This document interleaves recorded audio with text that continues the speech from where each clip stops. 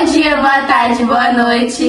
Hoje nós vamos apresentar a primeira edição do Pode Ler, que é um debate entre páginas sobre o conto Jardim Selvagem, da Lídia Fagundes. De início, a gente vai estar deixando uma sinopse feita por uma das participantes que não pode estar presente por motivos pessoais.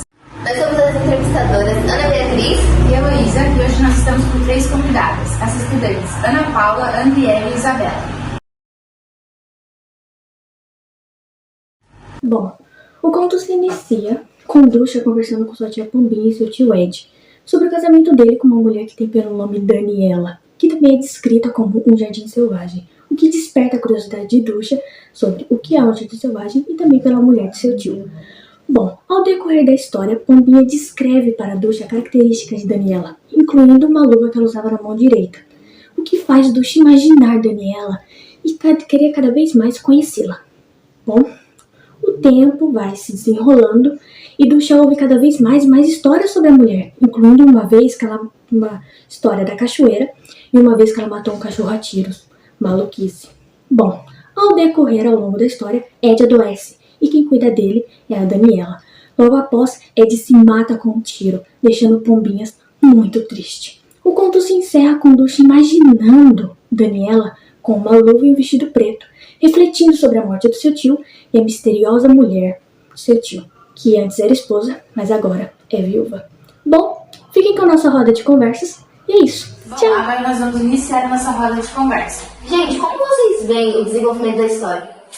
Então, é uma coisa assim que a autora coloca no dia a dia, no nosso cotidiano, que é assim, a gente vê a criança chegando da escola, conversando com a tia, e a tia começa um assunto que às vezes até condiz com a nossa vida, que é o assunto de que chegou um novo integrante na família, que é a Daniela, a tia misteriosa. E aí nisso a criança percebe que a tia tem uma concepção, um conceito, e é influenciada por esse conceito da tia de que talvez ela não seja uma pessoa tão boa assim pro Ed, que é o irmão dela. Só que depois ela muda totalmente a linha de raciocínio. Só que essa parte da tia parece que é muito mais algo... Não parece que é um amor de irmão, ela parece estar muito obcecada com essa questão do Ed estar... É uma leitura demais,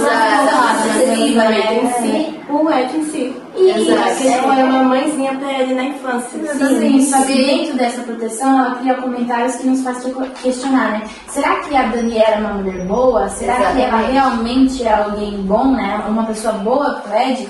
Então, eu acho que esses certos comentários também fazem a gente ter uma visão muito diferente. Né? Até porque todas as opiniões que nós temos dela são de outros personagens. A gente não tem uma visão da nossa narradora, que é a Ducha, a protagonista. A gente não tem a visão dela, a gente tem a visão dos outros que ela construiu. Exatamente, tanto que a gente vê que a própria criança se questiona, por exemplo, por que a Daniela usa uma luva? Por que a Daniela é comparado com um jardim selvagem? Exato. E aí a gente fica pensando, por exemplo, o que seria um jardim selvagem? Que aí já entra uma metáfora, uma parte simbólica, né? Porque um jardim selvagem, ele pode ser visto como algo muito bonito, mas também como algo que esconde um segredo. Algo que carrega o seu perigo, mas tem a sua beleza, que é atrativa. E a luva, a própria luva, ela pode ser, ela tentando esconder esse lado mais perigoso, mas... O termo jardim selvagem define muito bem a Daniela, apesar do texto não nos dar a definição de jardim selvagem, ele define muito bem a personagem, porque ela é linda, ela é descrita como uma personagem elegante, bonita, charmosa,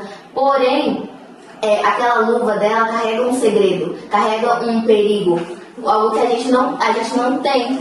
Isso, a gente dá pra interpretar como sendo ela tentando esconder. Ela sabe que esse lado dela é ruim, esse lado dela não deveria realmente ser mostrado, mas ela não consegue, então ela tenta esconder por baixo de um pano, por baixo de uma luva. Exatamente. É isso que a gente tem que refletir, né? Porque realmente não fala na história que é realmente algo que ela esconde. Até diz que pode ser um defeito que ela tem na mão. Até porque retrata também, né, uma coisa da mulher tem que ser bem feminina, não pode ter os seus defeitos. Então eu acho que a luva, ela remete muito isso também. Até porque quando o cachorro da família ficou doente, ela matou ele, sendo que disseram que ele nem estava tão doente assim, né? Exatamente. Talvez seja um passado dela que trouxe ela a tomar essas atitudes, porque quando a gente é criança, a gente é movido muito pela influência das outras pessoas, em questão da cultura, e nisso o passado dela pode ter influenciado ela para tomar esses tipos de decisões essa luva seja algo que ela esconde do passado dela, esse jardim selvagem seja algo que ela aprendeu por cultura a esconder com o belo, mas no meio ter ali um obscuro para quem realmente explorar mais fundo esse jardim. Eu acho que isso era muito comum nas moças daquela época, porque todo mundo tem que manter a fachada, né? Naquela época, Exato. a moça tinha esse estereótipo de tem que ser linda, tem que ser bela, tem que Ser ser... perfeita. Tem que ser Mas é madame. muito legal Não pode ser também você. a morte do Tio Ed, né? Porque foi uma morte tão questionável quanto a do cachorro, porque ele tava doente. Porque tinha duas coisas parecidas, os dois estavam doentes e morreram. Exatamente, e aí isso faz a gente pensar que talvez ela também tenha matado ele. E esse questionamento vem, a gente se pergunta também por quê. Será que ela realmente só matou ele por causa dele? Será que ele não queria, por exemplo? Mas aí é que entra a escrita da Lídia. Esse mistério, esse lado sombrio dela, não é? Porque deixa a gente ficar pensando sobre muitas questões, muitas hipóteses. São as brechas que nos obrigam a interpretar. Ela não forçam nossa criatividade. Ela não é igual, tipo, vários escritores hoje em dia. Que, não só hoje em dia, mas alguns escritores que entregam tudo. Desde o passado do personagem até a motivação, até os seus pensamentos, até o começo, meio e fim da história, é sempre ela voltando do passado. Ela não E dá a tudo escrita da Lídia, ela contradiz muito com a nossa geração de hoje em dia.